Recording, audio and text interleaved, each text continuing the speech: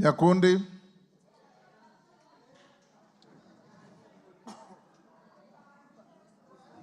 Nyakundi. Thank you, Mr. Speaker, for also giving me this opportunity.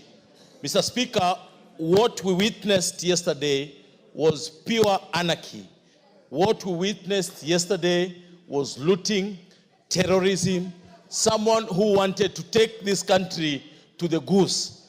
And as this House, we cannot accept, and the people of Kenya, to be taken to the goose by someone who was fired or who was impeached because of his bad manners. As a country, we sympathize with those who lost their loved ones. We sympathize for everyone who lost his property yesterday. But as this House, we must sit down and look on the solution towards the problem that we have as a country. Thank you, Mr. Speaker. Odanga Makoha. Thank you, Honorable Speaker. Honorable Speaker, I condole with the families that lost their loved ones, and also I pray for those who are sick, those who are maimed and injured to recover quickly. Honorable Speaker, we need a conversation. The young people who have spoken, they are speaking repeatedly. We need to listen to them. A conversation is very critical, Honorable Speaker. Thank you, Honorable. Zaire.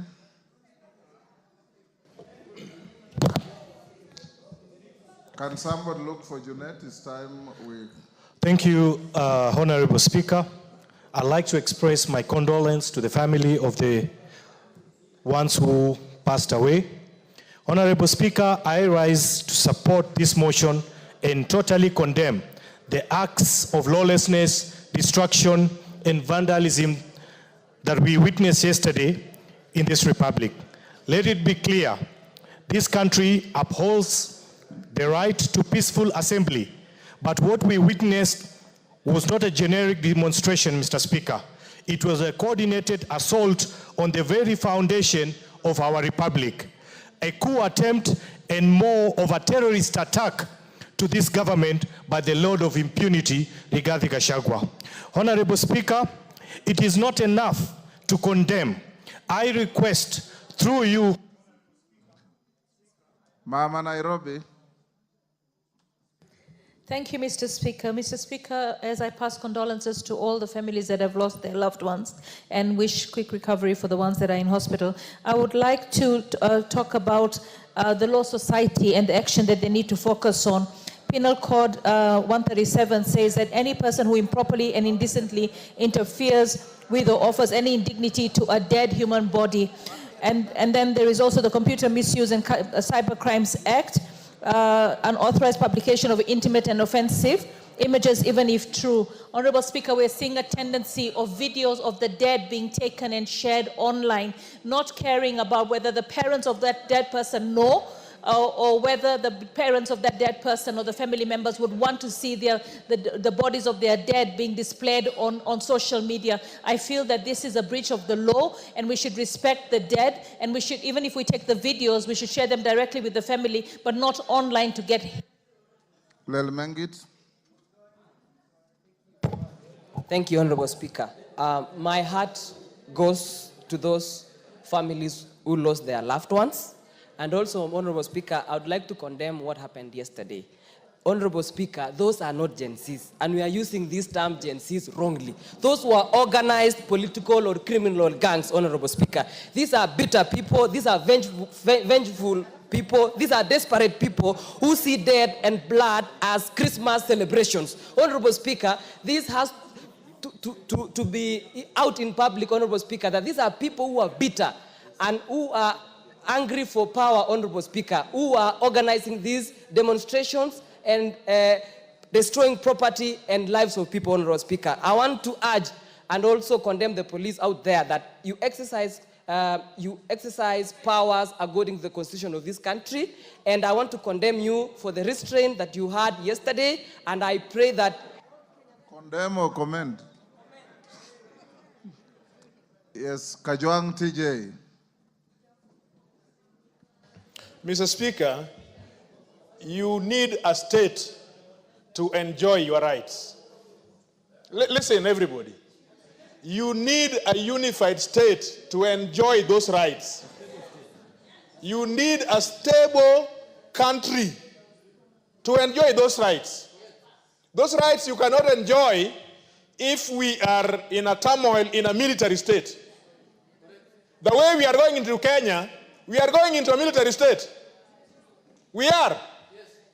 Those people who cannot face the ballot and cannot get power through the ballot are taking us straight to the military, military dictatorship. And I can tell you, the shortest period of time a country has got out of military dictatorship is 15 years, 20 years actually. In fact, you will need the whole generation to wipe out the whole generation. Give him a minute. Just to finish a sentence, you will take a whole generation to come back to a democracy. So don't joke. Don't joke with this thing. If you want power, talk to your people from Mount Kenya and come to the ballot and take that power. But you cannot take us to a military dictatorship. Even when I, from Ruaraka, would go to the streets every day, I only went there because I wanted my democratic rights to enjoy. But I don't go there in a void, in a military state. Mr. Speaker, we need a country where we are ruled by the rule of law. I am ashamed. Two chief justices. In fact, I think I'm a better chief justice than some of those. Huh? Kahangara. Thank you, Mr. Speaker, for giving me the opportunity. Let me also pass my condolences to the families of those people who lost their lives last year and this year.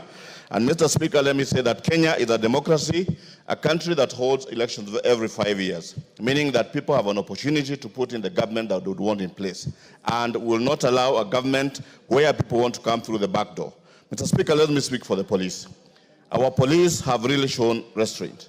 And as a country, if we want to move forward, how do we expect our police officers to be able to protect property when people are coming when they are armed and police are not able to take action? Mr. Speaker, I think this is an opportunity for us as a house where we should be able to sit, and if it means changing our laws so that we can be able to protect the people who are supposed to be protecting us as the police, we ensure that they are able to arrest, they are able to stop what was happening yesterday. Otherwise, when we... Thank you, Kahangara. Mover to reply. We gave 1.5 hours. We have exceeded by 5 minutes. Who?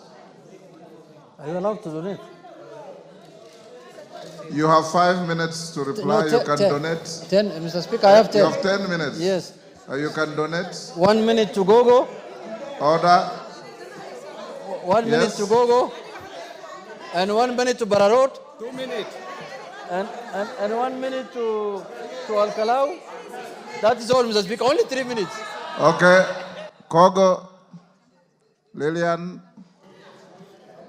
Thank you very much, Honorable Speaker. I don't know whether to thank you or to thank my majority leader, because I raised my hand throughout and you simply refused to Just see me. thank the speaker because I can Thank you, Honorable. Thank you, Honorable Speaker.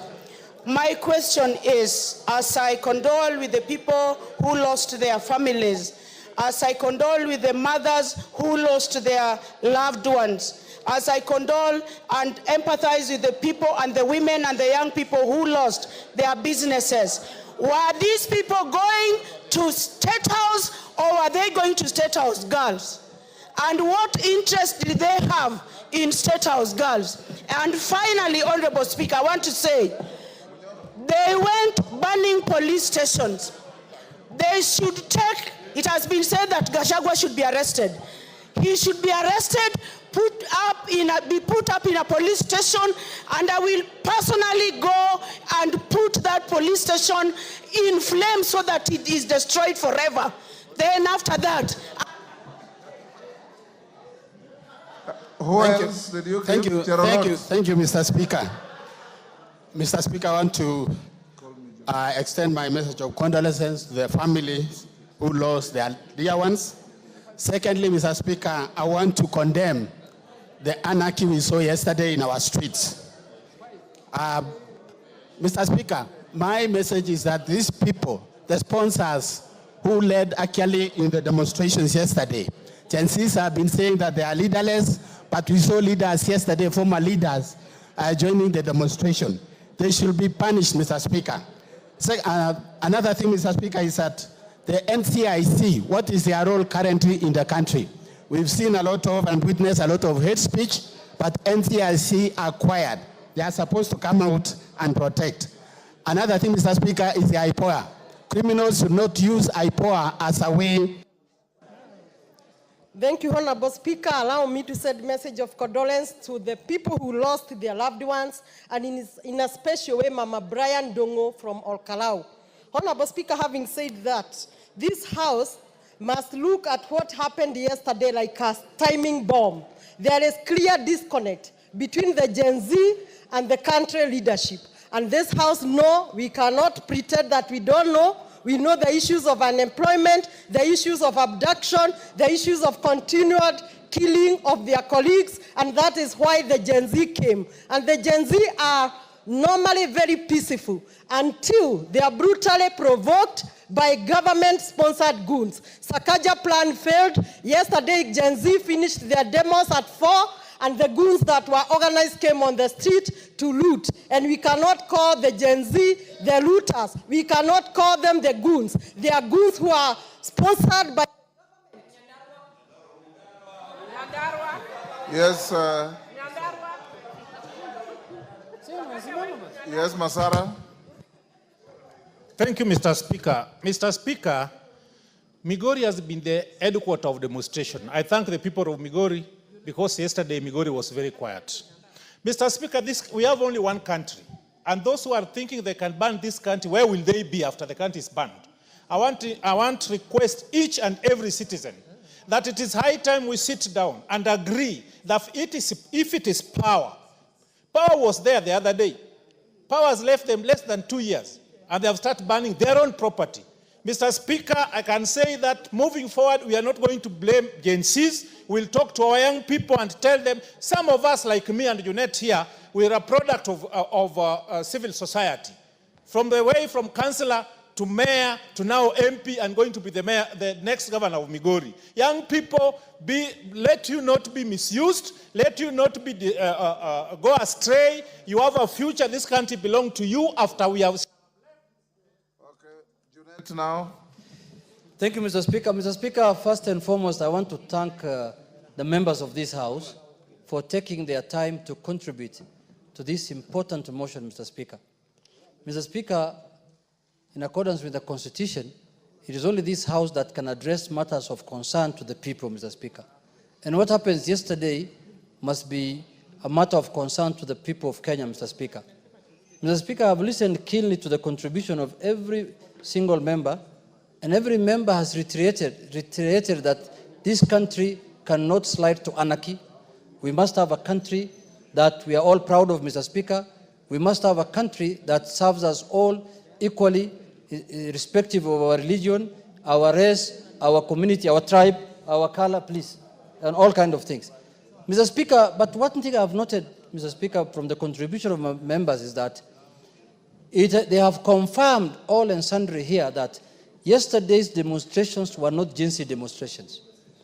They were political demonstrations organized by politicians who are power hungry, who are impeached, and who want to come back to power through the back door, Mr. Speaker, and take this country to the dogs. I want to speak to the young people of our country, Mr. Speaker, wherever they are, may they be in my constituency or in other constituencies, that your good intentions of rectifying what is happening in this country, of speaking to the powers that be, has been hijacked and overtaken by selfish, inward-looking, self-interested politicians, Mr. Speaker, who are power-hungry, led by one man called Rigathi Gachagua. Mr. Speaker, a member here said that Sakaja brought goons. Was Sakaja in Olkalau? Was Sakaja in Kikuyu? Was Sakaja in Nyeri? Was Sakaja in Kiambu? Was Sakaja in Muranga? Was Sakaja in Madeira? Was Mai in Kieni? Sakaja was in Nairobi. But the distractions and looting that happened in Mount Kenya, Mr. Speaker, is what we describe today as ethnic mobilization. Someone has decided to mobilize his ethnicity, thinking that he can invade State House and take power through a coup. Power can only be gotten through the ballot, Mr. Speaker. You have to go and campaign, talk to the people, sell your policies, tell people what your manifesto is, and they will elect you, and then you can rule the country, Mr. Speaker. Any other shortcut to power, nobody will entertain it. No country will allow that, and no citizen will allow that. Mr. Speaker, our country is a very beautiful country. The constitution that we enjoy in this country, Mr. Speaker, very little countries have, including developed countries in Western world, Mr. Speaker. The kind of constitution we have, the Bill of Rights, the kind of constitution we enjoy, no African country enjoys, Mr. Speaker. But there are people who are hell-bent to mutilate and discard that constitution, Mr. Speaker, for their own selfish.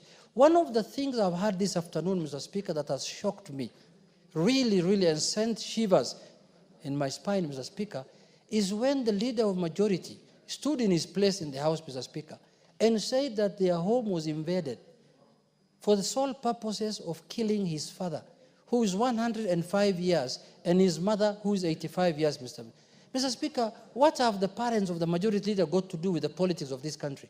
A man who has done everything he could do in this world. Mr. Speaker, he has even informed me privately here that one man had to be shot so that the thugs can run away, Mr. Speaker. And they have confirmed, I can say this on the floor of this House, that those thugs were organized and supervised by one man called Rigathi Gachagua, Mr. Speaker. What kind of inhumanity can that be, Mr. Speaker, that you want to attack the parents of a politician because you don't like that politician? You want to kill the parents of that politician. If that man can now think of killing the parents of the majority leader, Mr. Speaker, what do you think that man is going to do in 2027, Mr. Speaker? No wonder he said that 2027 will be a Christmas party. 2007 will be a Christmas party, Mr. Speaker. The member of parliament from Odaya has just told me now, Mr. Speaker, that he has lost one of his constituents yesterday. He has lost a constituent. The member for Odaya, Mr. Speaker, here. A very close campaigner of his, Mr. Speaker. Mr. Speaker, why are we allowing this anarchy to perpetuate in this country? And now they are using the name of Gen Zs to cause anarchy, to cause mayhem, to maim women, to kill people, and to... Mr. Speaker, I asked when I was moving the motion, if you want to demonstrate nationally, you can demonstrate in every part of the country where you are. You don't have to transport people from Kiambu, from Ranga, from Nyeri, from Laikipia, and bring them to Nairobi so that you demonstrate. What happens if the member for parliament for Narok East, yes, decides to bring his people, the Maasais from Narok to Nairobi, and then Emilio Odhiambo decides to bring Sobas from Soba, and then Wanyonyi brings people from Trans Nzoia, and everyone meets here in Nairobi. What kind of country are we going to have? So, Mr. Speaker, these are people, now I see them now walking around in the wards of Kenyatta Hospital today, saying that they are visiting young people that they brought to the streets so that they can be injured, they can be killed for no reason, Mr. Speaker. The young people of this country have good intentions, we know. They want our country to be safe.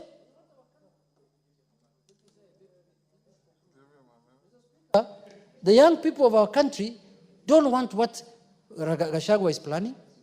They want a safe country, a country that they can be proud of when they get old, Mr. Speaker. And that is what we are going to do. All of us in this House were elected by Gen Zs. We never came here by ourselves. We were voted for by Gen Zs. We were voted for by women, by elderly, by every person. And we know what our constituents want. Mr. Speaker, with those few remarks, I beg to reply. Member for Lamu, take the nearest seat. Thank you. Honorable members, I now put the question at order number 10, which is that appreciating that Article 37 of the Constitution guarantees the right to assemble, demonstrate, and present petitions to public authorities peacefully. Further appreciating that on Wednesday, 25th June 2025, sections of the population participated in public demonstrations and protests in various parts of the country.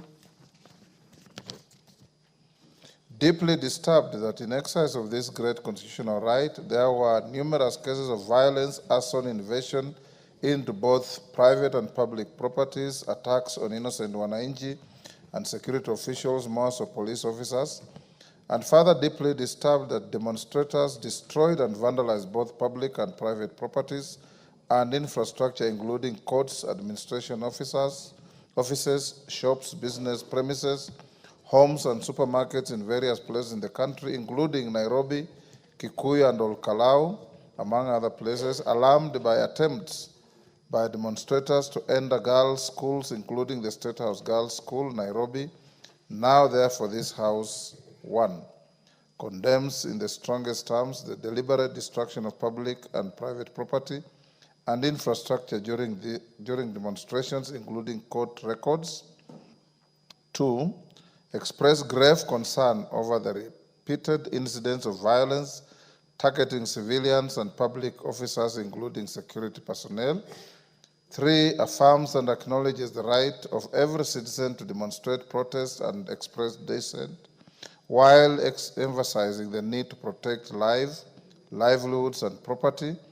And 4, calls upon the Inspector General of Police and the Directorate of Criminal Investigations to immediately and expeditiously investigate the acts of lawlessness and bring to justice those found culpable, including current and former politicians who are involved in the planning, mobilization, financing, and incitement of mobs, goons, and criminals.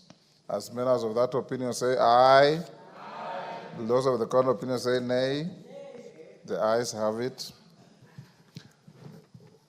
Honorable members, as we go to the next order, I want to thank you for exhibiting maturity, decorum, and decency in debating a rather emotive issue. The events of yesterday should alarm all of you and all of us Kenyans that we need to speak to each other and make our country safe. This morning, the leadership of this House joined yours truly to meet a delegation from Nigeria, led by the majority leader of their parliament. They have come to Kenya to learn from us on how we engineered our new constitution. They have come to learn from us on how we are nurturing our democracy. What we saw yesterday is an antithesis of democracy. And we want to urge all of us, everybody included in the management of the affairs of the country, more so, we, the political class. It is wrong, it's unlawful, it's unconstitutional, and unacceptable to hide and take advantage of the poverty of our people, to hire them and take them to the streets to suffer untold harm. There was looting and burning of property in Dagoretti up to 8 p.m. last night. Rongai, same thing. Assuming it was demonstrations, demonstrations have a timeline. You start in the morning at 10 and end by 5, 6. I urge you, honorable members, and the legal team that advises the Speaker, you need to think seriously about having a law that governs and protects demonstrations and demonstrators against infiltrations by wrong people hell-bent on doing wrong things. Next order. Order number 7, questions and statements. We'll go back to receiving responses to statements. A response to Charles Ngusia. Is Charles Ngusia in the House? Yes. The chair, Blue Economy, Water and Irrigation, is he in the house? He is not. Ngosia will push your response to Tuesday. Response to Mother Wangari by Finance and Planning. Both Mother and Finance are not here next Tuesday. Labor to Cynthia Muge. Yes, Major Deco. You have a response? Then response to Daniel Nanok from Regional Development. Is the chair Regional Development here? Lochakapong, are you ready? Go ahead.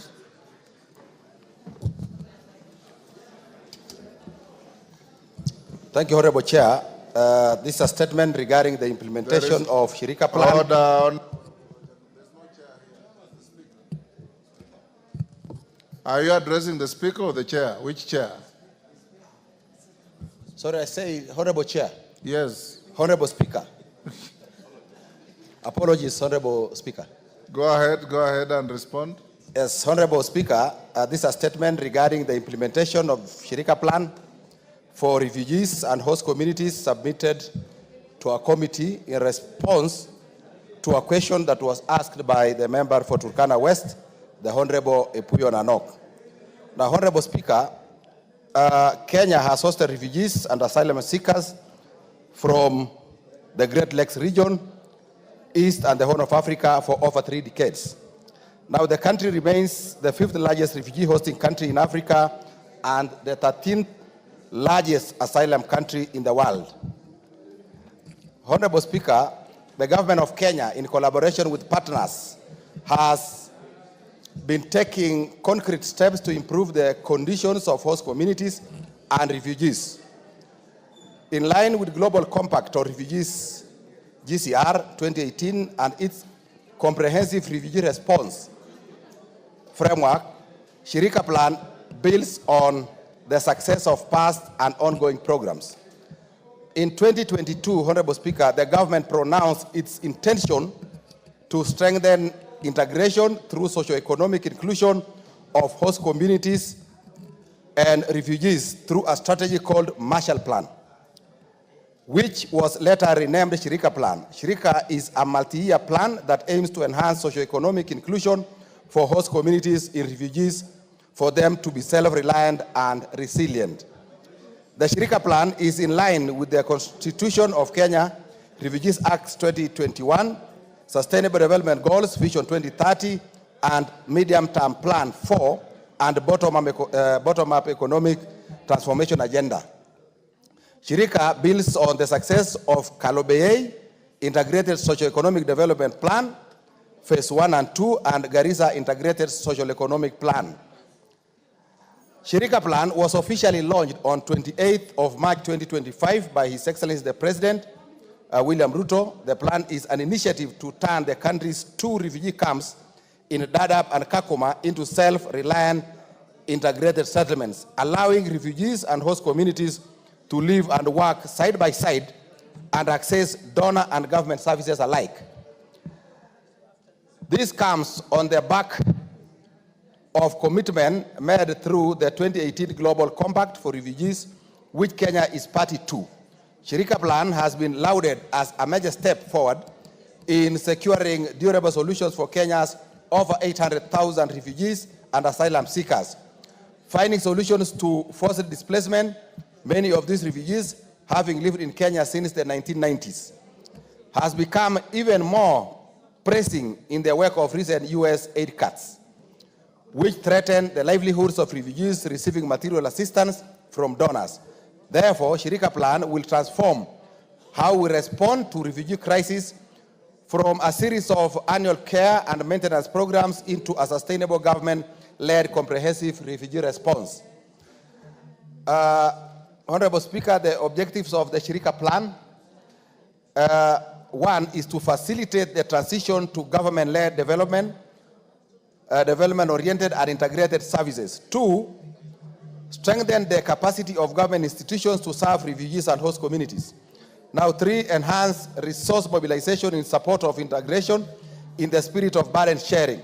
And 4, promote socio-economic inclusion of host communities and refugees to enhance self-reliance, and resilience. Honorable Speaker, pillars of the Shirika Plan. Now the plan has 6 pillars, which include pillar number 1 is systems building and enabling policy frameworks to strengthen national institutions' capacities to ensure equity, equality, and inclusion.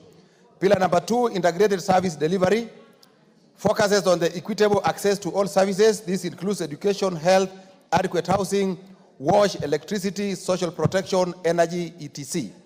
Pillar number 3, Honorable Speaker, human capital and skills development for community-led market-driven development, including market-based TVET, market development, financial inclusion, and services. Pillar number 4, Honorable Speaker, sustainable natural resource management, including climate change, aimed at sustainable environmental management. Pillar number 5, sustainable economic development, focuses on rural and urban business development, economic infrastructure, technological development, and others. Pillar number 6, durable solutions and complementary pathways. This focuses on voluntary return, resettlement to third countries, socioeconomic inclusion, complementary pathways, advocacy, coordinated assessments, and cross-border initiatives. Now, Honorable Speaker, coming to the questions that were raised by the Honorable Epuya Ranok, the member for Turkana West. Question number 1, report on whether the national government has conducted public participation and sensitization on the Shirika Plan, including evidence of the activity and the extent to which it complies with Article 102A. It complies with Article 10(2)A and 232(1)D of the Constitution on involvement of the people in policy making. Now, Honorable Speaker, the Ministry of Interior and National Administration, through the State Department for Immigration and Citizen Services and the Department of Refugee Services, held consultative meetings and public participation forums across major refugee hosting counties, which include Turkana, Garissa, Mombasa, Kilifi, Nairobi, Nakuru, Uasin Gishu, Kiambu, and Kajiado.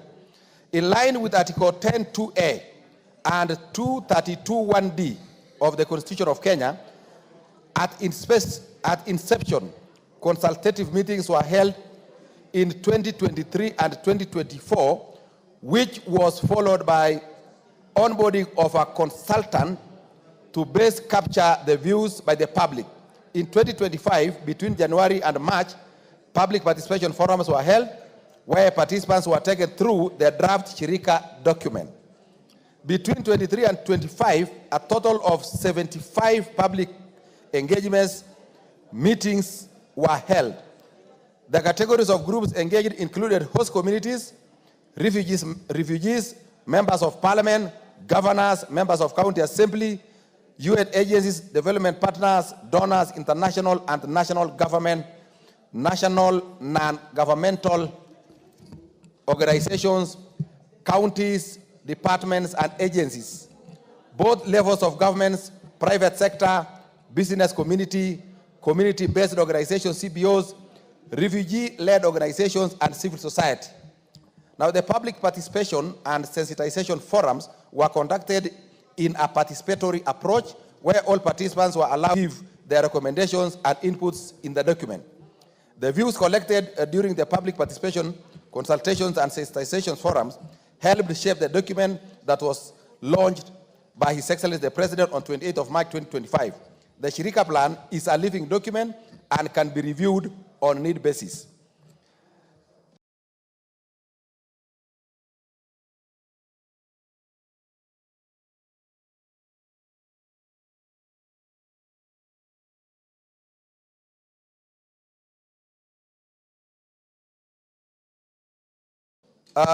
Number 2, Honorable Speaker, measures put in place to ensure Shirika Plan does not overstretch existing community resources, specifically with respect to infrastructure, such as schools, health facilities, water supply, and sanitation, and strategies put in place to fund projects enhancing the socioeconomic facilities of host communities.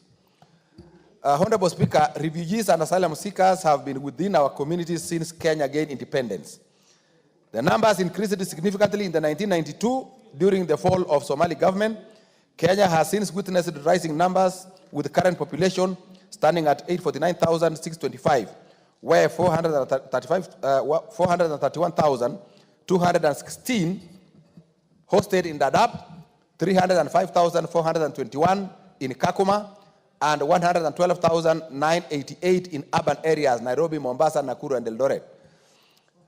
Our refugee situation being protracted over 35 years calls for the need for sustainable solutions, as the current status depicts a picture of over-reliance on humanitarian aid, which is unsustainable. Now, existing infrastructure are also overstretched due to the high population, as well as challenges of duplication of services, parallel service delivery systems, and inequalities in certain areas of service delivery. Through Shirika, the government aims to address these challenges as highlighted in pillar number 2 of integrated service delivery. Now, Shirika Plan adopts a development-oriented approach and aims to expand existing infrastructure in refugee hosting areas, including in education, health, shelter and housing, water and sanitation, roads, energy, and electricity and social protection. Currently, Kakuba has 14 boreholes, 27 schools, 8 secondary schools, and 8 health facilities, one being level 4. Dadaab, on the other hand, has 29 boreholes, 24 primary schools, 6 secondary schools, 4 level 3 hospitals, and 8 health posts. Government is working with stakeholders such as the World Bank to expand these facilities and enhance services to refugees and host communities. Under the World Bank's window for host communities and refugees, the following programs are being implemented in the refugee camps. Kenya 1 is Kenya Primary Education Equity in Learning, Phase 2. That is $60 million. That is from 2022 to 2026. This aims to reduce regional disparities in learning outcomes, improve the retention of girls in upper primary education, and strengthen systems for delivering equitable education outcomes. Number 2, Kenya Secondary Education Equity and Quality Improvement Program, that is SIKIP, $50 million, aims at reducing regional disparities in access and learning outcomes in junior secondary schools by expanding access to quality education, improving teaching quality, and strengthening systems for equal access to education. Number 3, Kenya Urban Support Program, Phase 2, that is $50 million, and the time is from 2023 to 2028. This one aims to improve the delivery and resilience of urban infrastructure and services, enhance the private sector engagement in urban planning, and support the transition of refugee camps into integrated host community and refugee settlements. Number 4 is National Youth Opportunities Towards Advancement, NYOTA, at $20 million between 2023 and 2028. This one aims to increase employment, earnings, and promote savings for targeted youth.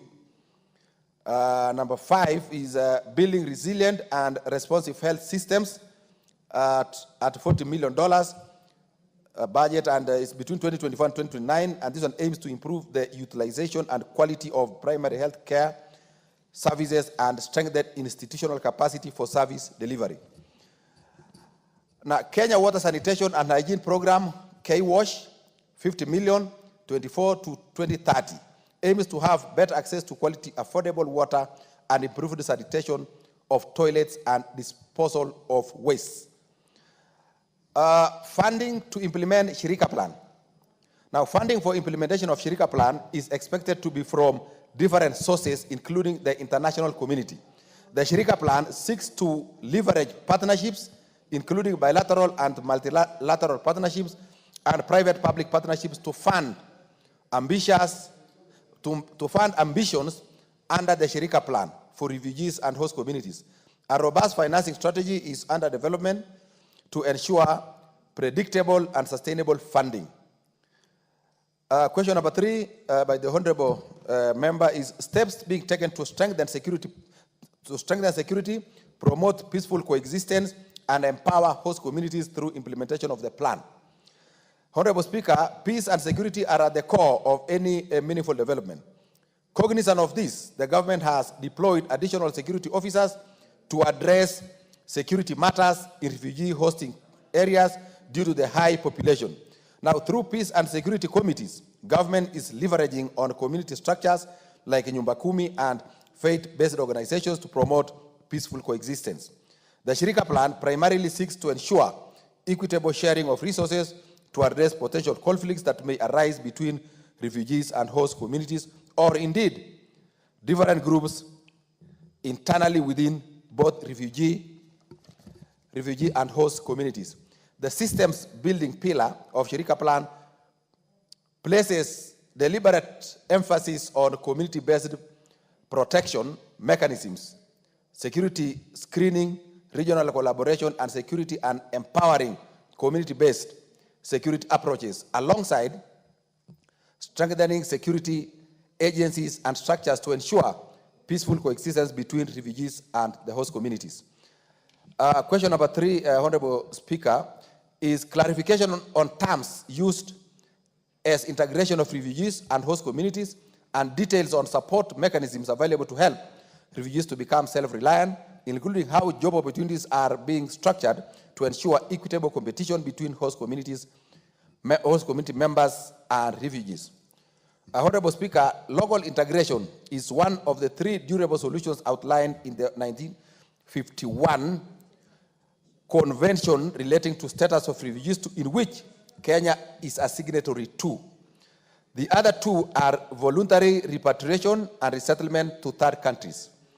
The Refugee Act 2021 defines local integration as the gradual process through which refugees are incorporated into the society through a process that ensures that refugees attain broader rights, have improved standards of living, and positively contribute to the social life of the host community. Under the Shirika Plan, integration refers to social economic inclusion, that is inclusion into service delivery systems. Honorable Speaker, it should be clear that refugees will not enjoy civic and political rights, including the right to vote. Neither will they be granted Kenyan citizenship under the plan. Refugees who want to be Kenyan citizens will have to meet the requirements established in the Kenya Citizenship and Immigration Act of 2011. Now, the State Department will continue to conduct public awareness, sensitization, and information sharing to ensure that both refugees and host communities understand the terminologies and components of the plan. On jobs and livelihoods, the Shirika Plan seeks to develop human capital and skills and create enabling environment for self-reliance and access to livelihood opportunities for both host communities and refugees. Under Shirika, all socioeconomic opportunities will be shared equally between host communities and the refugees. Shirika Plan will leverage on public-private partnerships to provide economic opportunities, including access to finance, market development, and strengthening rural and urban businesses. Currently, a number of initiatives are in place, such as the International Finance Corporation and the Equity Bank partnership of a Kenya shillings 2 billion risk-sharing facility that aims to enhance financial inclusion in and deserved regions, including for host communities and refugees. Honorable Speaker, I think the final question, question number 5. The measures put in place to transition the refugees under Shirika Plan, including the specific roles and contributions of key stakeholders, such as the United Nations High Commissioner for Refugees, UNHCR, to achieve the objective, the implementation is to be done in phases. The plan has laid out the process of transitioning to integrated settlements in which both refugees and members of host communities would benefit from inclusion in national services and from programs aimed at facilitating self-reliance, community-led economic development, and peaceful coexistence. The Shirika Plan will ensure that host communities are at the center of targeted programs and will address the disparities that have existed previously by ensuring equitable access to services. Shirika adopts a bottom-up approach where the needs of communities will be captured in a sector work plans. The implementation shall be in 3 phases. 1, transition phase, that is from 2025 to 2028. Number 2, stabilization phase, 2029 to 2032. And resilience phase, 2033 to 2036. In order to ensure a successful transition to refugees, a successful transition for refugees, a number of issues will need to be addressed. Key among them is harmonizing legal and policy frameworks, development of a government-led refugee management system, that is database, enhancing access to documentation and recognition of refugee IDs by service providers, expanding infrastructure to cater for both host communities and refugees, livelihood programs for both refugees and host communities. Roles and responsibilities of partners. Honorable Speaker, implementation of Shirika Plan adopts a whole of government and society approach, including national and county governments, UN agencies, donors, development partners, private sector, non-governmental organizations, community-based organizations, CBOs, refugee-led organizations, host communities, and refugees. Below are roles and responsibilities of various actors. Government of Kenya. The role of the government is protection of refugees under the 1951 Refugee Convention. Further, government will be responsible for data management, security coordination, security coordinating all stakeholders and executing its mandate as per Refugee Act of 2021. County governments. Their role is to ensure the inclusion of host communities and refugees in county integrated development plans and promote evolution of refugee-related services through the implementation of projects at the county level that support socio-economic integration of refugees and host communities. National and county governments, national and county assemblies provide oversight on the use of resources under Shirika Plan. UN agencies led by the UNHCR, their work is to support the government by offering technical expertise, funding, and international policy guidance in refugee protection, humanitarian and development assistance, and the transition towards sustainable development-oriented solutions. The role of development partners, Honorable Speaker, is provide financial resources, technical assistance, and strategic support to facilitate the implementation of the Shirika Plan. Non-governmental organizations, NGOs, is to implement select programs and services that support refugees and host communities, welfare and advocacy, and contribute to capacity building and community resilience. Private sector will catalyze economic growth by investing in local enterprises, creating employment opportunities, and supporting innovation and entrepreneurship among refugees and host communities. Honorable Speaker, cognizant of the importance of community engagement and participation in development and implementation of refugee programs, including those under Shirika, the government intends to continue sensitizing and engaging host communities and refugees throughout the implementation phase.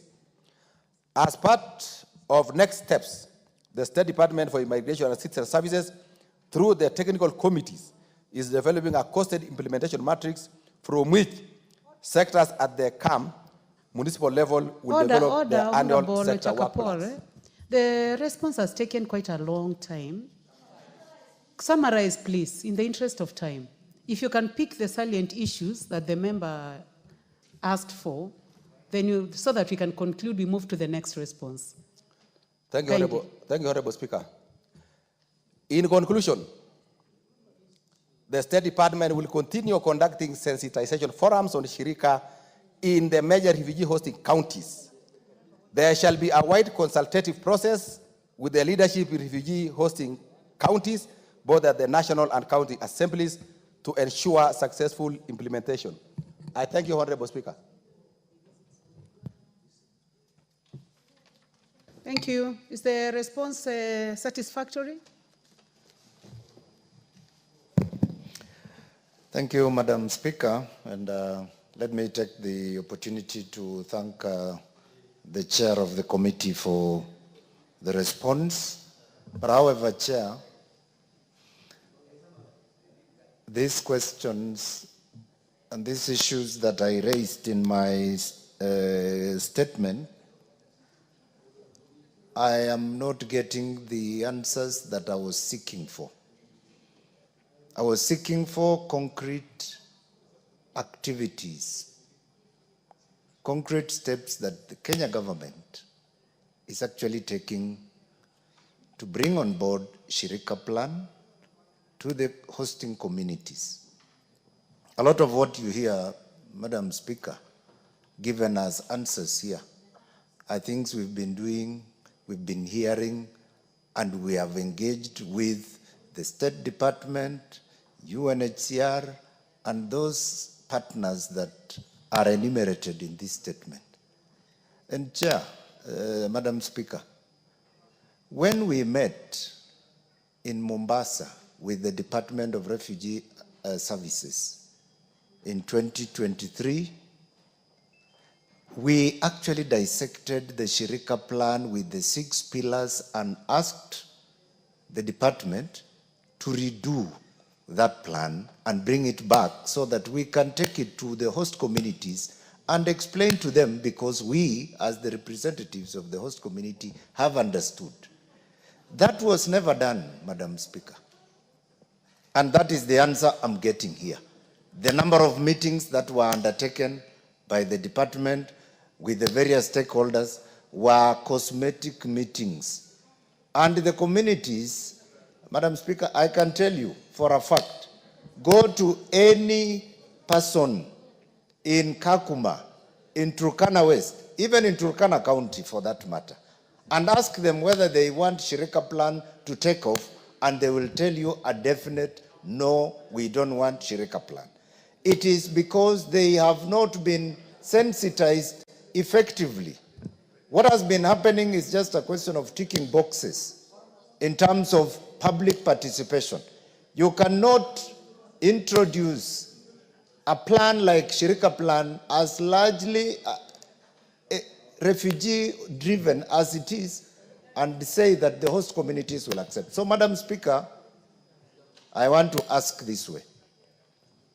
We want real solutions to challenges of hosting refugees. The host communities don't feel well understood in terms of them hosting the refugees in this plan. So this discussion, Madam Speaker, needs to be redone. Honorable Nanok.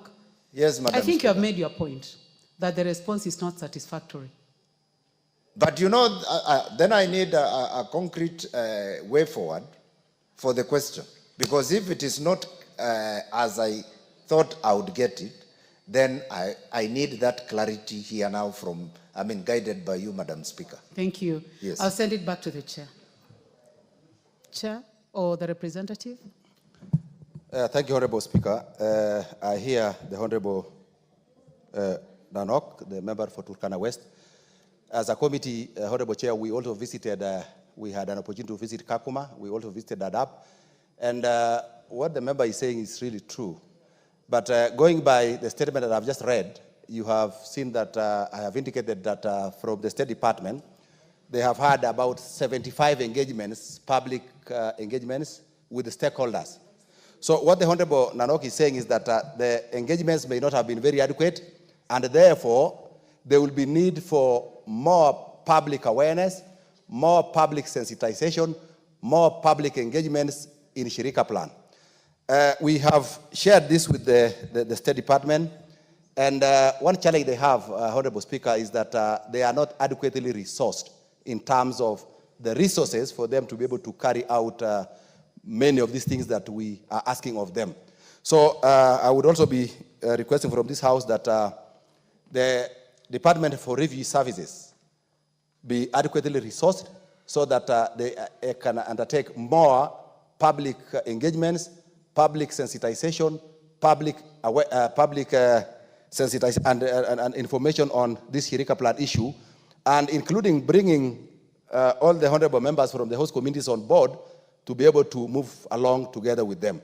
Otherwise, from their part, they think they already have done adequate, which now in the view of the people representing, the members representing the people is not adequate, that not many of the host community members have been properly sensitized. Thank you, Honorable Speaker.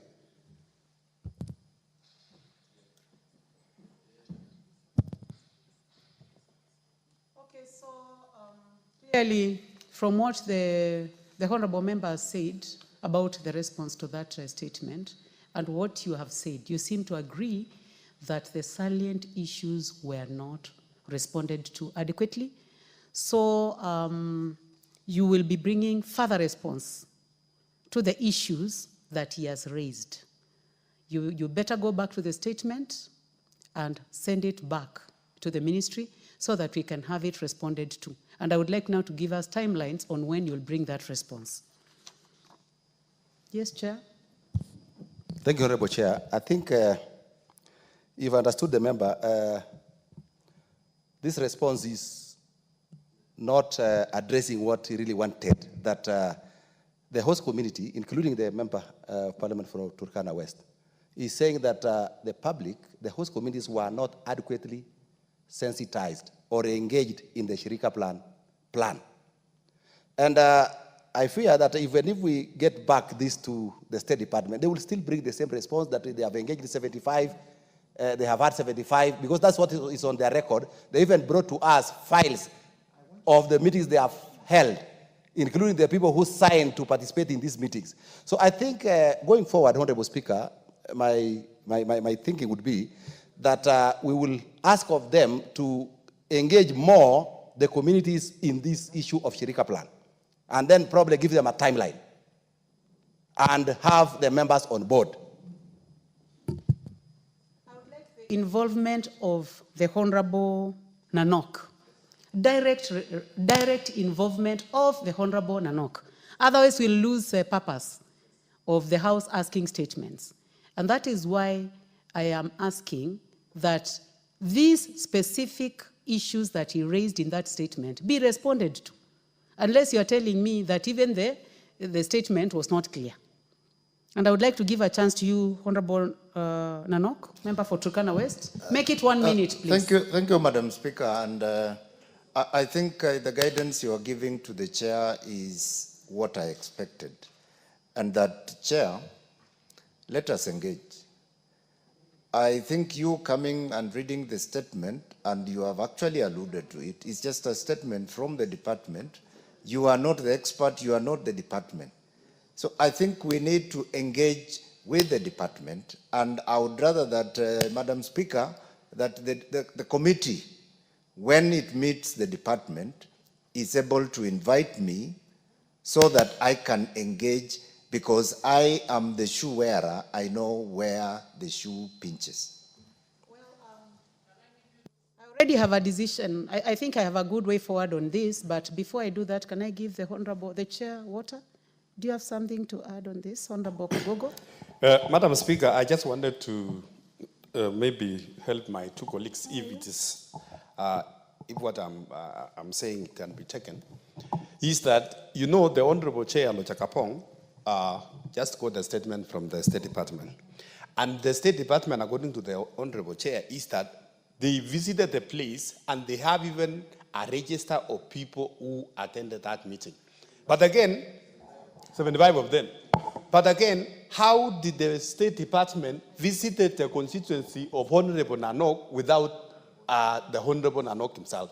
So I just wanted to say, Honorable Chair, that the Honorable Chair for Regional Development engages the State Department and also together with the Honorable Nanok, so that if there is a second engagement with the community with that Shirika plan, the Member of Parliament, Nanok, and the members of Parliament from the Turkana County, they be part of that delegation and they be part of that participation. That's my input, Honorable. Thank you, Honorable Members. I would like just to close this, because I see many of you come from areas where you have refugee camps. You would like to get involved. But for the purpose of progress, I direct that the committee holds a meeting, invites the Cabinet Secretary, the relevant Cabinet Secretary, PS, and all other stakeholders on this subject matter. And on that day, invite the Honorable Nanok, so that you can have a one-to-one engagement.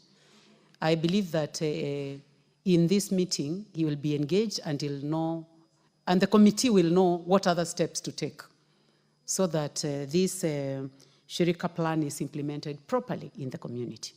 That's the direction that I give. Next will be blue economy, water and irrigation.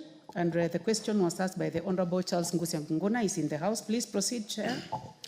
Thank you, Madam Speaker. Madam Speaker, the Honorable Charles Nguna Ngusia, on 17th of April 2025, requested for a statement regarding the circumstances surrounding the failure to execute the renewal of the contract of Daniel Mungai, who is the Director General of Kenya Fisheries Service, despite the fact that the approval of the board on July 12, 2024, and justification for a award of 6 months extension of tenure. And then number 2, the step is being taken to confirm that Daniel Mungai as a substantive Director General of Kenya Fisheries Service, so as to ensure operational continuity of the service, including the timelines.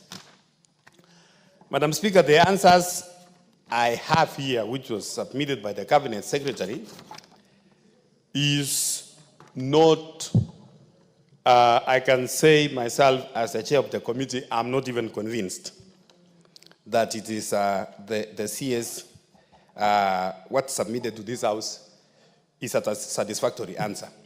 The question, Madam Chair, it was very easy. The Daniel Mungai was appointed as a Director General of Kenya Fisheries on 6th October 2020 for a term of 4 years. And after 4 years, Madam Speaker, last year, according to the Act, the Director General is supposed to apply for a renewal of a second term. And Madam Speaker, the Board of Management for KFS sat and agreed to extend the term of Mr. Mungai for a second term. And the minutes are there.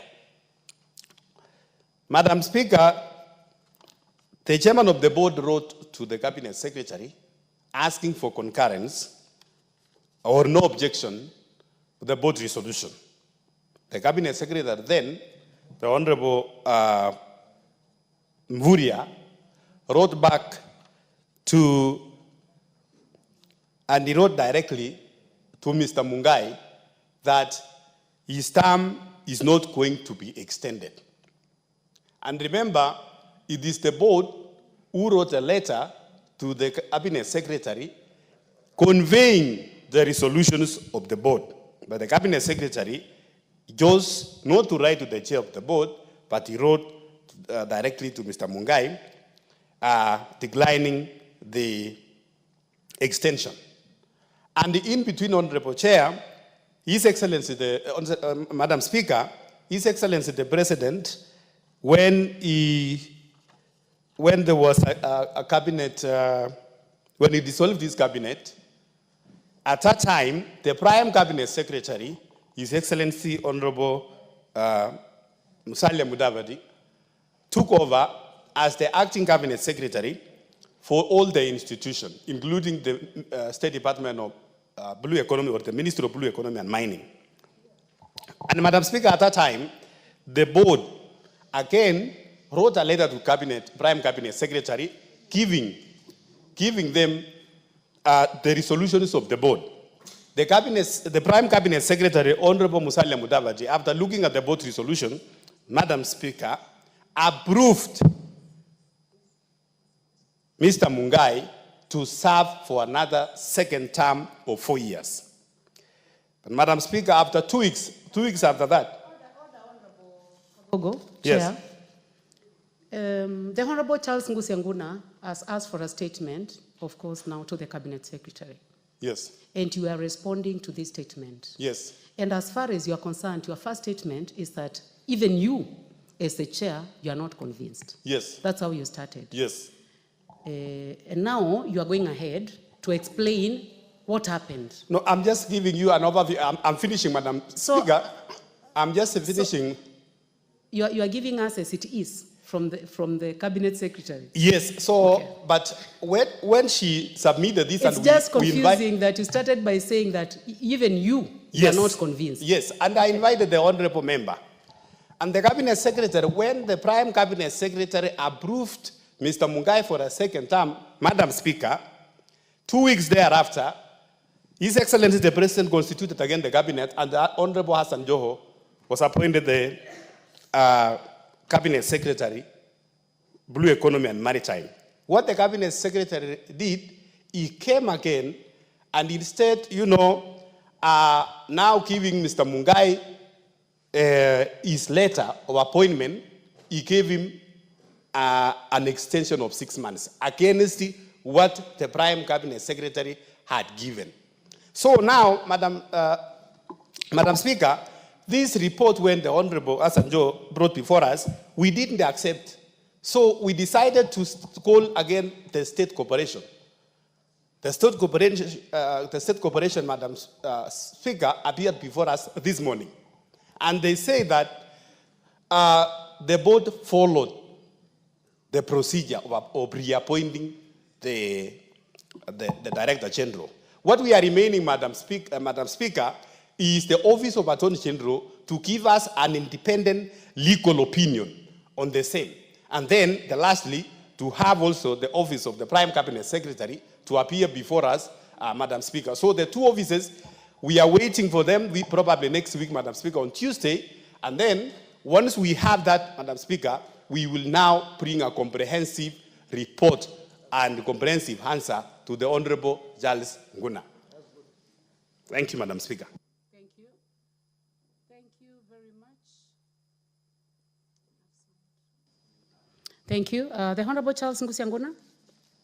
Is the answer satisfactory? Are you comfortable with the process that the chair is taking? Thank you, Chair. I would like to appreciate the chair of the Blue Economy and the committee members for actually helping us in this matter. I appeared before the committee. The answer which was given by the current cabinet secretary was not sufficient. So we decided to inform more stakeholders, and Chair, we are still waiting for the conclusion of this matter. So you can see from us, we need responses from the Attorney General and also the other departmental, the other people. So, Chair, at this moment, the answer is not satisfactory. Let us wait until we come to a conclusion of this matter. It is way far below the expectations of the answers we have gotten, Chair. So, Chair, let us, I would like to seek your guidance on this matter so that it can be expeditiously dealt with accordingly. Justice for the current CEO must be served fully, Chair. So the answer is not satisfactory. Thank you. I think what you are saying is that you're happy with the progress. I am happy with the progress, Madam Speaker, and still I need you to guide the House and to guide the Chair and the committee that this matter has taken too long. It needs to come to a conclusion so that justice for the current CEO can be served equally. Thank you. Before we conclude, I would like to hear, I've had point of order. I had a female member. It was not you. But I'll come to you, but I would like to give a point of order. It is Suleka Harun, nominated member. Thank you, Madam Speaker. I just wanted to correct the honorable member that you are not the chair, but the substantial speaker. Thank you. Ngona, when I sit on this seat, speaker, not chair. So you are quite in order to correct the Honorable Charles Nguna. What is out of order, the honorable member for Kaiti? Thank you, Madam Speaker. Madam Speaker, if you look even the face of Honorable Nguna, he looked... what is out of order? What is out of order is that, Mr. Speaker, we need, once we ask a statement or question to these PSS and CSS, we don't need to take centuries before we get the answers. We need to be getting answers within, if we say 2 weeks, 2 weeks. And we need to get a good report. Because if I listen to my friend Chair, he's struggling to give the feedback. He is also in darkness. We need to get clear information and clear reports so that we can be satisfied, because we are serving Kenyans and they need to get a clear report. Thank you, Madam Speaker. Well, honorable members, in terms of being prompt in responding to questions, it has taken too long. So, first week after recess, the fact that it is the Honorable Charles Nguna who asked the question, and the matter was brought to this House, now the House owns it. So other members will be interested in knowing how it is concluded. So, Honorable Chair, for I agree. water and irrigation, first week, is that okay? Yes, most obliged, Madam Speaker, but I want to inform my friend for Kaite that I'm not struggling giving these answers. I read the answers, and even if an answer or a response is coming from a cabinet secretary, even me as a chair of committee, I must be satisfied actually that what he's giving or what I'm reading in this house is a convincing answer. And I started saying that this answer given here, I am not even convinced. That's why I'm just tabling this interim progress report from the CS, and I said, Madam Speaker, I'm going to conclude by next Tuesday, having the Attorney General office and also the office of the Prime Cabinet Secretary before now giving the substantive report to this House. Thank you, Madam Speaker. Thank you very much, Chair. Actually, I would like to congratulate you for reading the response in advance. Because if it doesn't convince you, then clearly it will not convince the person who asked. So I think that was very well. Honorable members, the other two statements had already been stood down by the Speaker. We go to Honorable Deko. Honorable Deko, please proceed with your statement. Thank you very much, Madam Speaker. Honorable Speaker, pursuant to the provisions of Standing Order 44.2c, I wish to request for a statement from the Chairperson of the Departmental Committee on Defense, Intelligence and Foreign Relations regarding the non-implementation of a court judgment in the compensation case of the late Mr. Abdullahi Deis Barre. Honorable Speaker, Mr. Abdullahi Barre Deis, a Kenyan citizen, was fatally shot by Kenya Defense Forces officers in Garissa Township on the 19th November of 2012, succumbing to his injuries 2 days later. Despite judgments by both the Magistrate Court and the High Court finding the Kenya Defense Forces liable and awarding compensation to the family, the state has failed to honor these court-ordered obligations. Order. Sorry, I disturb you because I've seen a point of order from the Honorable Francis Sigay, member for Sotik. What is out of order, Honorable member for Sotik? Chair, I wanted to raise an issue on my statement, which I had sought sometimes back in February. Okay, I'll give you a chance after. Let him finish first. Thank you, Madam Speaker. Once again, November 2012, succumbing to his injuries 2 days later, despite judgments by both the Magistrate Court and the High Court finding the Kenya Defense Forces liable and awarding compensation to the family, the state has failed to honor these court-ordered obligations. On 10th June 2021, the High Court delivered and affirmed the state's responsibility to compensate the family. 13 years after Mr. Lee's death, the family is yet to receive compensation, notwithstanding the repeated correspondence to the Ministry of Defense and the Office of the Attorney General. Honorable Speaker, it is against this background that I request for a statement from the Chairperson of the Departmental Committee on Defense, Intelligence and Foreign Affairs on the following. 1, a report on the actions taken by the Ministry of Defense and the Office of the Attorney General to comply with the High Court judgment awarding the compensation to the family of Mr. Abdullahi Barre Deis. And 2, a report on the administrative or disciplinary measures taken against the KDF officers involved in the unlawful killing, and to ensure a definite and time-bound resolution to this matter, including the compensation of the affected families. Thank you, Madam Speaker. Thank you very much. What is out of order? Honorable Suleka Harun, nominated. Honorable Suleka. I think you can remove your card from Honorable Beatrice Elachi. What is out of order? If no, nothing is out of order. Okay, Chair, I can see that the Chair is not in the House, but the whip is in the House. Oh, Chair, you are here. Thank you very much. So, Chair, Defense, Intelligence, and Foreign Affairs, when will you give a response to that statement? Thank you, Honorable Speaker. I think now that we are going on recess from Tuesday next week, we will be able to give a comprehensive response 2 days after we come back from recess. Thank you. Thank you very much. That is on Thursday after we resume, the week that we resume. Thank you very much.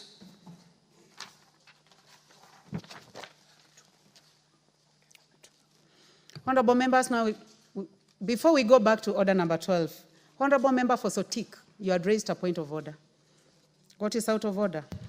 Member for Sotik. Honorable Speaker, I wanted to raise an issue on a statement which I sought from the Departmental Committee of Trade, Industry and Cooperatives concerning the upgrading of the Kenya Cooperative Creameries, Sotik. And you remember, Madam Speaker, thankfully you were on the chair on that day. And I remember I raised my objection to the answers which were given that day. And you directed, and I thank God you are in the seat today, you directed that the committee visits the Kenya Cooperative Creameries, Sotik, 2 weeks after the just ended recess. And Madam Chair, we are going to another recess. Nothing has happened. I would like to request you to give directions so that we can be able to have this matter concluded once we resume. Thank you, Chair. Thank you, Speaker. That must have been to the Chair, Trade, Industry and Cooperatives. Yes, and I remember that they were supposed to visit a KCC Sotik. So, whip, because the Chair is not in the House. Clearly, the Chair is not in the House. In the absence of the Chair, I'll not even give the burden to the whip because I was on the seat. And we agreed that in a period of 2 weeks, they were supposed to visit. So, I direct that 2 weeks after opening, they will table a report to this House concerning KCC Sotik. The questions were very clear. Clearly, the responses were, the response to that statement was not satisfactory, and a decision was made, and that decision must be implemented. Let's proceed to order number 12. Let's now go back to order number 12. Clerk.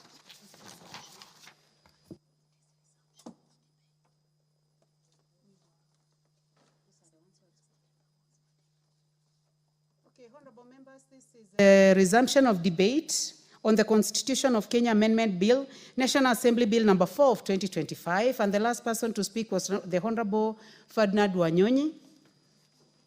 He's not in the House, so any member who is interested in this may proceed to debate.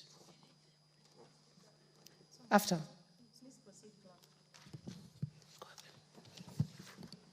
Order number 12, the Constitution of Kenya Amendment Bill, National Assembly Bill number 4 of 2025, resumption of debate.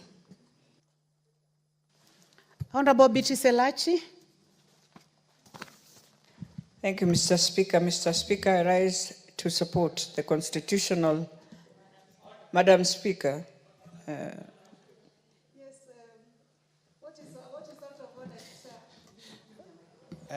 Madam Speaker. What is out of order, the Honorable Chair, Finance? Madam Speaker, I've been sitting this afternoon, and I'm wondering when you turned from Madam Speaker to Mr. Speaker, as alleged by the Honorable Member from Dagoretti North. So I would like the Honorable Member from Dagoretti North to substantiate whether you are now a Mr. or a Mrs. Thank you, Madam Speaker. You know, in good English, we say the chairman. It does not matter whether you are a man or a woman. It's the same. But Madam Speaker, I think it was, normally she's very eloquent. I can tell you for sure I heard her say Mr. Yes, yes. But I am going to allow her to proceed. No, my apologies, Madam Speaker, on that, because you are indeed Madam Speaker. Having said that, Madam Speaker, allow me to support the Constitutional of Kenya Amendment Bill 2025 of the NCGDF. And Madam Speaker, this is one fund among all funds that I believe has managed to prove that devolving funds is a very critical agenda, and it can create change, transformation that no one has ever seen. And it is the fund that also established that devolution can work. And so therefore, today we are here as members of Parliament, Madam Speaker, to say that this is a fund I know today. If we have many, many people who can just stand and give their testimonies, we will have judges who have gone through this, who are magistrates today, who are supported by NCDF. We'll have doctors, we will have lawyers, we will have teachers, engineers, and they can stand. And I know even in Marakwet, the attorney was a beneficiary of NCGDF. And so when you find every time that we are in court and in complete conflict that you can't understand, and sometimes, Madam Speaker, you know the sad part is that you'll find a person who takes NCGDF to court maybe never even went to a public school, maybe was able to be taken to a private school. So for them to understand that this is a fund that can support children who are Kenyans, who are vulnerable, and they've been able to go through this, they cannot understand also. And so, Madam Speaker, even as we look at this amendment, it is my prayer that we shall have one day one judge who will look in depth on NCGDF and ask a question. If the public have stood firm and said, this is the fund we want, this is the fund we have seen, we have not seen any other transformation than this fund, then who are we as Kenyans, those who decide to bring conflict, say that NCGDF cannot work? Madam Speaker, we have 290 constituencies. This is a fund that we ensured from the executive resources, not from devolution, from the executive resources. We are able to get a percentage, and for the role of the executive, which is the role of security, the role of education, and social support, that we are able to also assist, because we knew many years the executive have been given the opportunity to do this, they were unable. When you look at the classrooms they've even made just the other day, Madam Speaker, you feel sad, because you know very well it is a matter of a few years and we will be repairing again the same classrooms. So, Madam Speaker, the question now we put to ourselves is that even as we rearrange, because we've rearranged the law, we have done everything on this NCGDF. We have removed ourselves, we no longer run it. Ours is to monitor and evaluate what is happening, the proposals you have said, but still, you find people fighting. They do not fight because it is a bad fund. They fight so that they silence this house. They know this house, whenever you go on the ground and talk about NCGDF, you continue giving power for this house. So the problem out there is a struggle of power. And Madam Speaker, even when you see, you find people saying, remove it. But you find you have organizations that are saying they take children to school, that are saying they are trying to build even classrooms, Madam Speaker. So if you're looking for money from the world, the donor world, to do this, why won't you let this that the government has given to thrive and to ensure it does the right thing, Madam Speaker? Madam Speaker, the most sad part of all this is that we also need to sit down and create awareness to our judiciary. We might be blaming them, but it's because they've never sat down to understand how does this run. And I know we had proposed to ensure, because when you have a sub-county, you must have a magistrate court. You must have a magistrate court. And yet the judiciary also is suffering from resources. And now you can see they've been attacked. I know maybe in those courts that were burnt yesterday, maybe we didn't have a secure, safe to ensure that critical documents did not get destroyed. Because I know titles of our parents, documents that are very serious, Madam Speaker, might have gone down. But Madam Speaker, we also need to talk to ourselves here.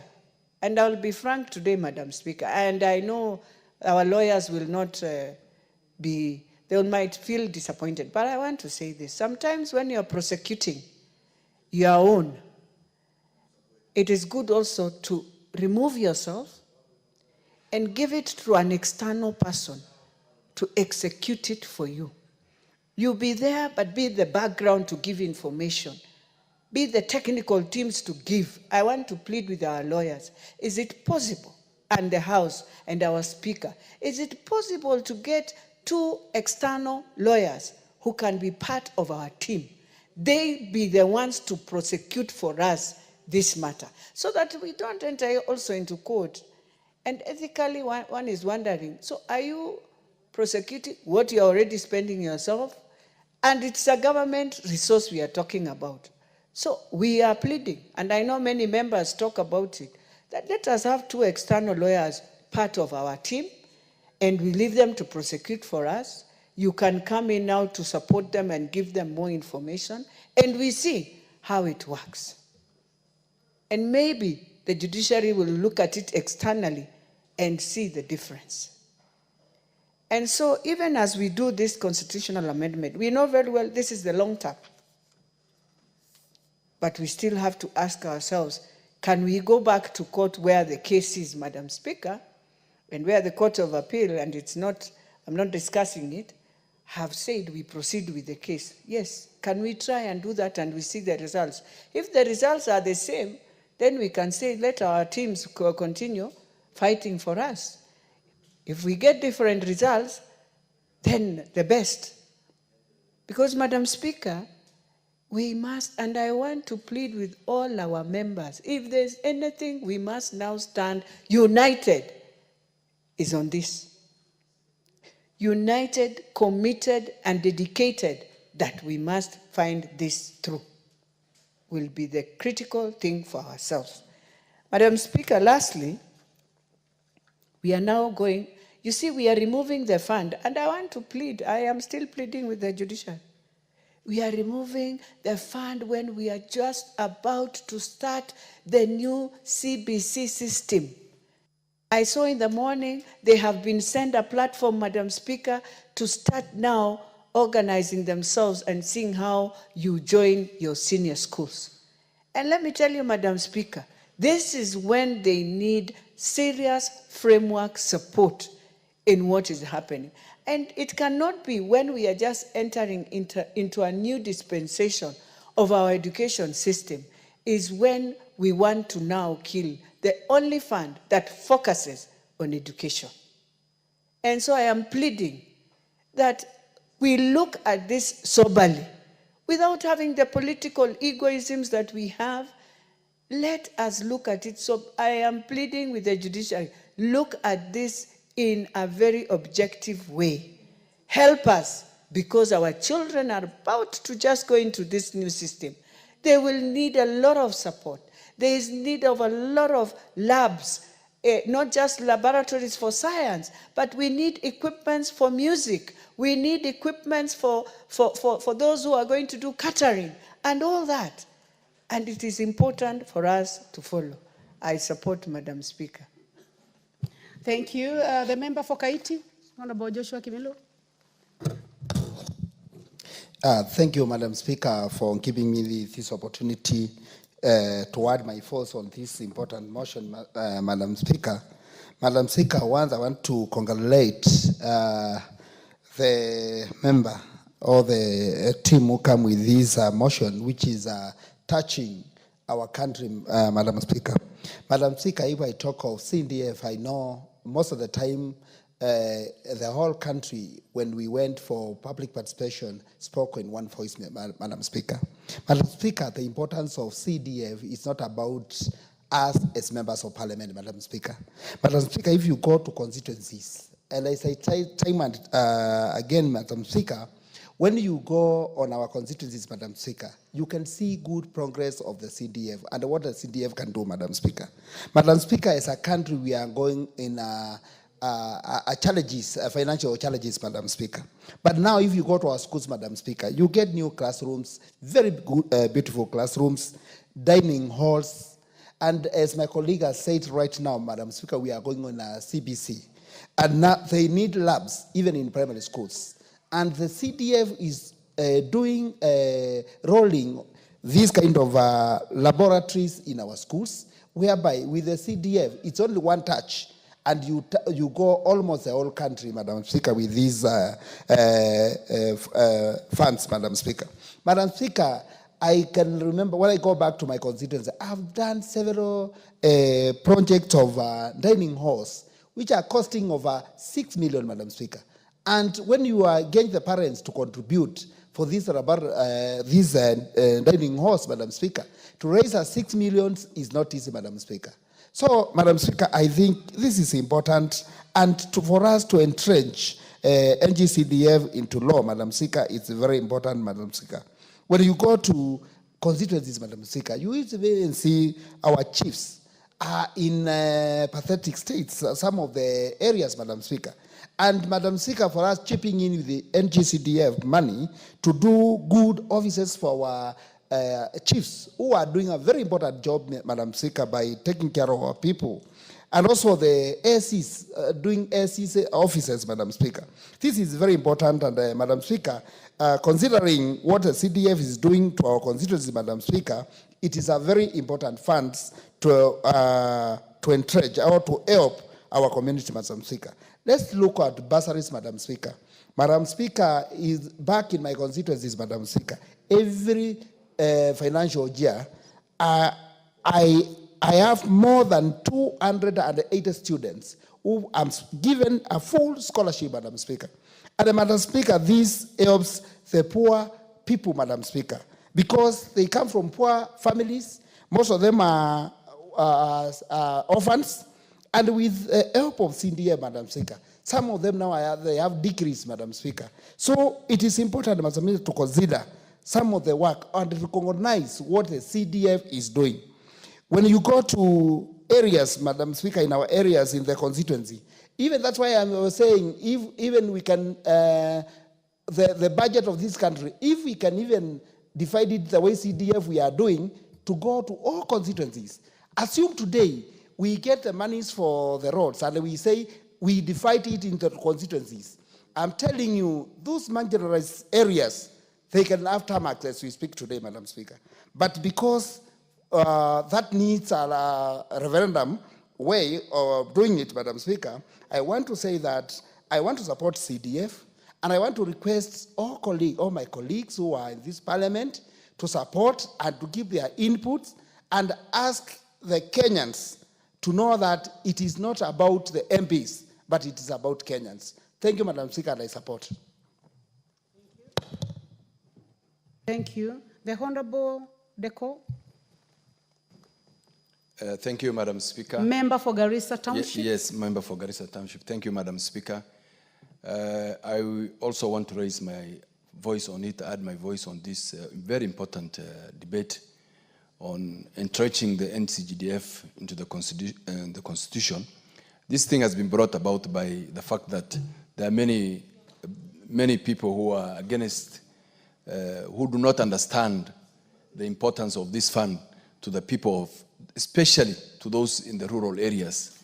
As a region which have been marginalized for a long time, the coming of decentralization of this fund and devolving these kind of funds to the constituencies and at that level was very important, because now people are able to get the same kind of learning environment. Students are getting the same kind of learning environment to those of this part of the country, to the level of like Alliance High School, Lenana High School. This is a very important fund. Those who are challenging it do not understand it, do not appreciate it, do not know what impact it has on the people from the rural areas.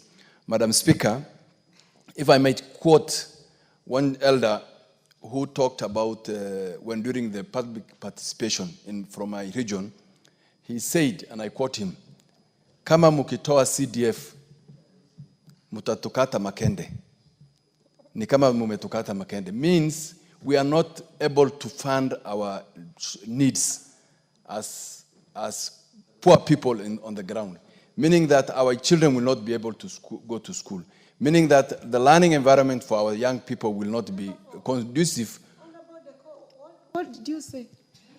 I said, I want to quote, I did not say... Do you say something unparliamentary in Kiswahili?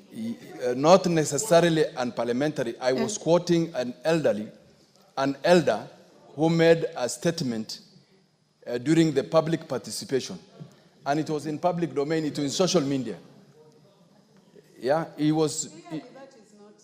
Okay, I will ask withdraw. Even if it was spoken elsewhere, it is clearly not parliamentary. Madam Speaker, okay, what is out of order? The Chair Finance? Madam Speaker, I really want to rule the honorable member out of order, because I'm just thinking why it not made it the opposite. The organs he's referring to, if it was the opposite gender, the reaction that would have been in this house. And the fairness of gender, of both genders, he has withdrawn that my word. Because now, if it was the other word, then we would have been trouble in this house. And it's only fair that we put those genders equally, Honorable Speaker. Madam Speaker, I might withdraw because of interest of time, so that we don't waste time. We are from all sorts of cultures in this house, and this is a house of record. I would like you to go back to what you said. Kindly withdraw. Madam Speaker, that is unparliamentary. I withdraw, but I don't think the other word will or the other organ will have been mentioned anyway by whoever was speaking about it. But what I'm trying to say, it is to raise the importance he attached to this CDF fund. Madam Speaker, where I come from or where I represent, before the CDF came into effect, I only had two... Jaldesa, I know you are a gynecologist, but you are not allowed to say what you are saying. I can hear you, even though you are not on record. I know you are a gynecologist, but I will not allow you to be heard. Please proceed. Yes. Before CDF, Madam Speaker, we had only three secondary schools in Garissa Township constituency.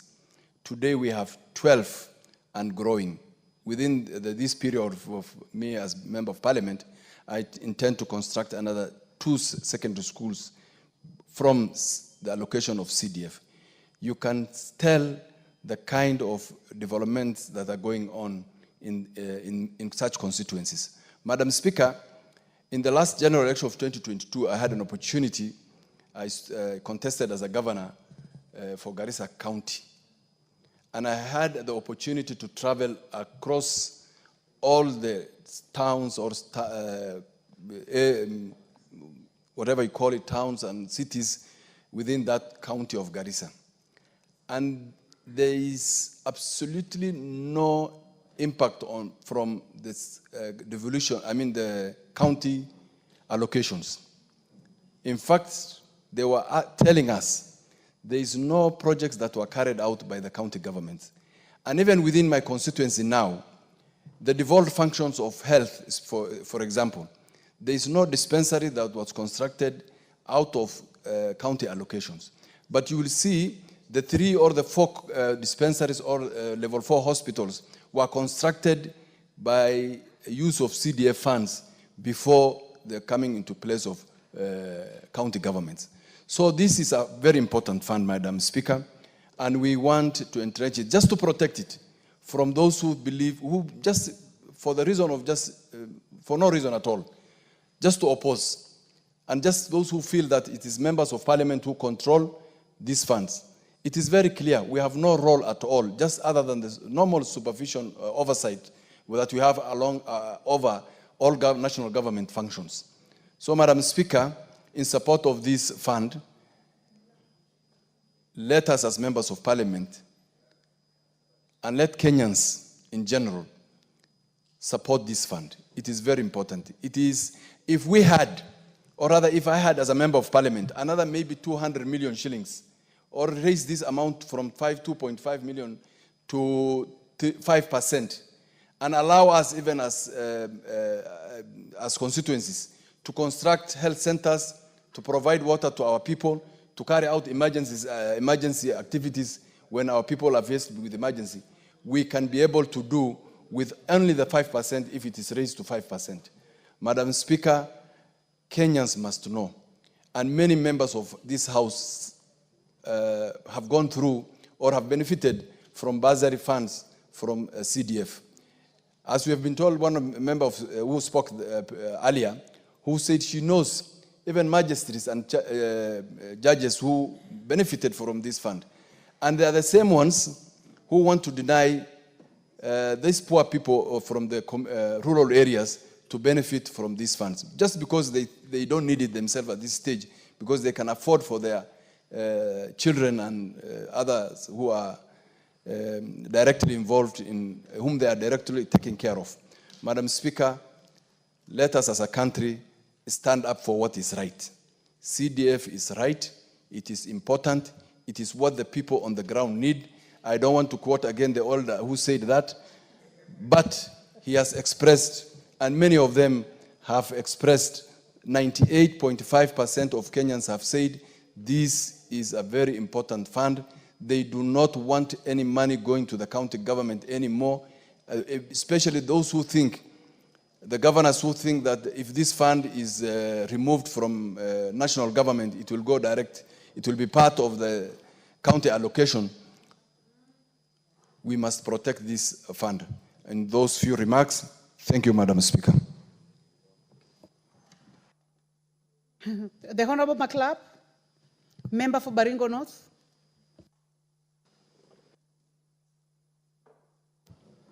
Thank you, Madam Speaker. I rise to support this constitutional amendment to entrench NGCDF in the matter law of our country. Madam Speaker, let me take you through the lane of history. Where have we come from as a country? Madam Speaker, in the 80s, I said the government then came up with what is called Focus for Rural Development. What was it for?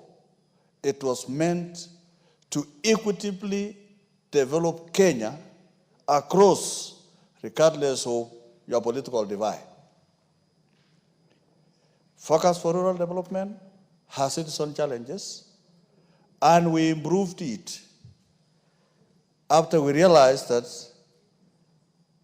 regimes can actually isolate parts of Kenya because of how you voted. Great men of this country, including Engineer Karuwe and the retired former President Mwai Kibaki, entrenched NGCDF as a mode of developing the country equitably, regardless of how you voted in an election. Madam Speaker, NGCDF today remains one of the only singlest fund that is enjoyed by Kenyans across board. This House of Parliament, before I came in, found it necessary not to involve members of Parliament. And those are the people who imagine that members of Parliament run NGCDF, go and look for the Kenya cassette, who are cassetted at a constituency level to run and manage NGCDF. It is not members of Parliament. The cassette notice is available for Kenyans. You will never find my name, neither the name of my chairman here, neither the name of any member of Parliament. It means the decisions on projects to be funded under NGCDF are decided at a grassroots level. The people of Kenya, the sovereign people of Kenya, as enshrined in Article 1 of the Constitution, makes the final decision on what kind of projects to be funded under NGCDF through an elaborate public participation that is done in our sublocations. Madam Speaker, this is why when we see people litigating against NGCDF, we wonder whether these people are products who went through school or through their education using NGCDF. We want, therefore, this House to rise and join 98.5% of Kenyans who endorsed NGCDF, together with the GAV, together with the Senate Oversight Fund, to be entrenched in the matter law. Because, Madam Speaker, there is nothing constitutional which is unconstitutional. Once this finds in the matter law, then there is nothing that would be referred as by the courts as unconstitutional. Because whatever in the Constitution cannot be unconstitutional. Madam Speaker, let's go down memory lane. That when this fund started in 2003, Madam Speaker, people of Kenya, the taxpayers of Kenya, got a sigh of relief from fundraisings that Kenyans were doing. Members of Parliament, councillors then, MCAs, governors, and leaders of this country, every weekend, they go to do fundraisings to build the schools, to build the chief's offices. We Kenyans got a sigh of relief because now there was a fund to construct the schools of Kenya, to pay fees for the children of Kenya, to do chief's offices and do security matters, and many other projects that were now done under NGCDF. Madam Speaker, if not because of NGCDF, then the constituencies and the country could not have been brought up in education the way it is today. Could you imagine, Madam Speaker, a taxpayer, a mama mboga, a boda, a teacher, a soldier, a politician, after paying all the taxes to the government, again, their own government follow what remains after taxation and ask them to give them to build the schools, to build the chief services, to educate children. It negates the spirit of tax to provide services for the people of Kenya. And in fact, since I took up as a member of Parliament, and many other constituencies of my colleagues here, you will never hear a single fundraising to build a school, a dormitory, a classroom, a chief service. Honorable members, the same people at home, the pastoralists, the farmers, got a sigh of relief because nobody would follow them again to remove what has remained after taxation to fund programs of government. Madam Speaker, NGCDF is very effective. Today, every constituency gives out bursaries to a tune of greater than 60 million to children in this country who could not have access to education.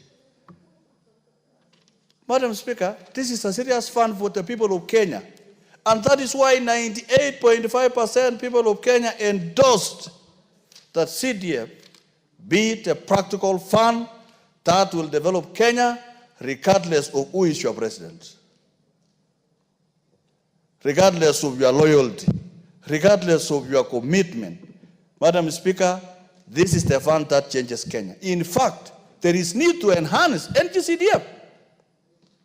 There is need to enhance GAV so that we have many people going to school, affirmative action to be done, and, Madam Speaker, we need to bring on board electricity into NGCDF by increasing the percentage of NGCDF to even higher, to even 10%, so that money for electricity is there, money for water is there, money for critical services that are offered in Kenya are brought on board, because that will change Kenya. Madam Speaker, look, for example, I am a student of mathematics. My own county, Baringo, receives 7 billion for county government of Baringo. Simple maths. Assume that 70% of the money that goes to Baringo will go to recurring expenditure, salaries and others. And 30% goes to development. Madam Speaker, what is that 30% of 7 billion? It is 2.1 billion. If you say 2.1 billion divided by 6 constituencies of Baringo, every constituency should have 350 million shillings, which is 2 times higher than the CDF. What do they, Madam Speaker, what do they have to show? What do they have to show? The ACTs are not taking off. The water programs are not taking off. The agricultural sector is collapsing in the rural areas. The fund that is noticeable today, if you go to every part in Baringo and Kenya, is programs funded under National Government Constituency Fund, NGCDF, and KERA. It means there is value for money.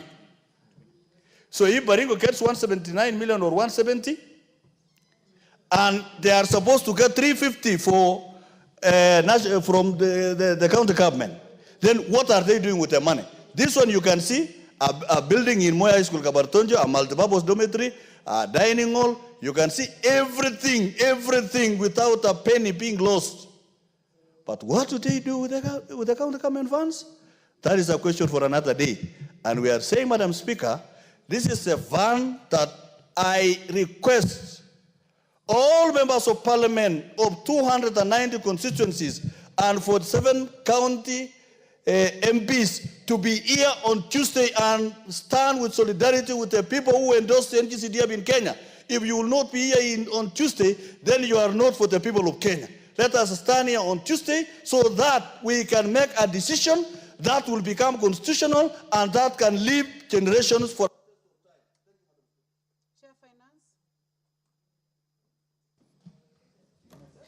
Thank you very much, Madam Speaker, for this opportunity. Record, please. Member for Molo. Yes, Madam Chair Speaker. Finance, please. I want to begin from the onset by supporting this constitutional amendment to our constitution to enshrine NGCDF in the Constitution of the Republic of Kenya. Madam Speaker, I've been on record on this house, on this floor, saying I'm a product of NGCDF. When I completed my Form 4 my Class 8 in 2001, being the best student then in Molo constituency, my grandparents could not afford to take me to the school I was admitted to join. And I had to go to a mixed day secondary school to study for my Form 1, Form 4. And that is Kieni Secondary School in a place called Kirengero in Subukia constituency, a constituency now being led by the Honorable Kashofe. Honorable Speaker, school fees then was 3,000 shillings for first term, 2,000 for second term, and 1,000 shillings for third term. But Honorable Speaker, that money was too much for us, for my late grandfather and my late grandmother. And took the intervention of then Member of Parliament for Molo constituency, then Mheshimiwa Wakili Mukiri, who I still hold in very high esteem. through one of his members of staff called Karanja Wageshe, my neighbor from Witima in Mukinyai, who brought my name to NGCDF, and through my 4 years of high school, I was educated through NGCDF, led by the patron then, the Honorable Mukiri Macharia. I completed my Form 4 in 2005, scoring an A in my KCSE, and was admitted to Kenyatta University, Honorable Speaker. Still, that was a mirage in the dream of my community. Because school fees per year then, from 2000, I got admitted in 2007, was 2,000 shillings per year without counting money for accommodation and money for upkeep. It was still a very, very long dream for my grandparents. And again, it took the intervention of the Member of Parliament then for me to apply bursaries. Honorable Speaker, I must declare in this House, I also cheated in my bursary applications because being a student leader at the university, I used to apply for NGCDF from all the constituencies I was aligned to. So being a member of Molo, I would apply for bursary for Molo. Having had my high school in Subukia, I would apply for NGCDF in Subukia. Then having a girlfriend from Gatondo South, I will apply for bursary from my girlfriend's constituency. And that's how I survived through my 4 years in University, Honorable Speaker.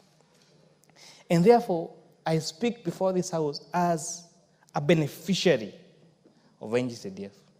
And were it not for NGCDF, Honorable Speaker, I don't know where I would be. I would have been a wasted talent in the village who never would have opened the doors of high school and the doors of university, Honorable Speaker. And therefore, I speak this from a point of experience, from a point of someone who almost despaired.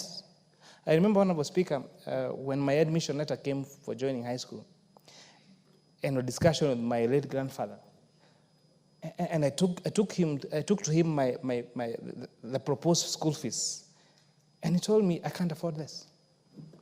He told me, even if we sold all the maize that we have harvested this financial year, we can't educate you. And I thought, after that, I went to bed crying, knowing that my future of trying to be somebody in the Republic of Kenya had been shattered. So enshrining this in our constitution means that we are going to support dreams. We are going to support talents.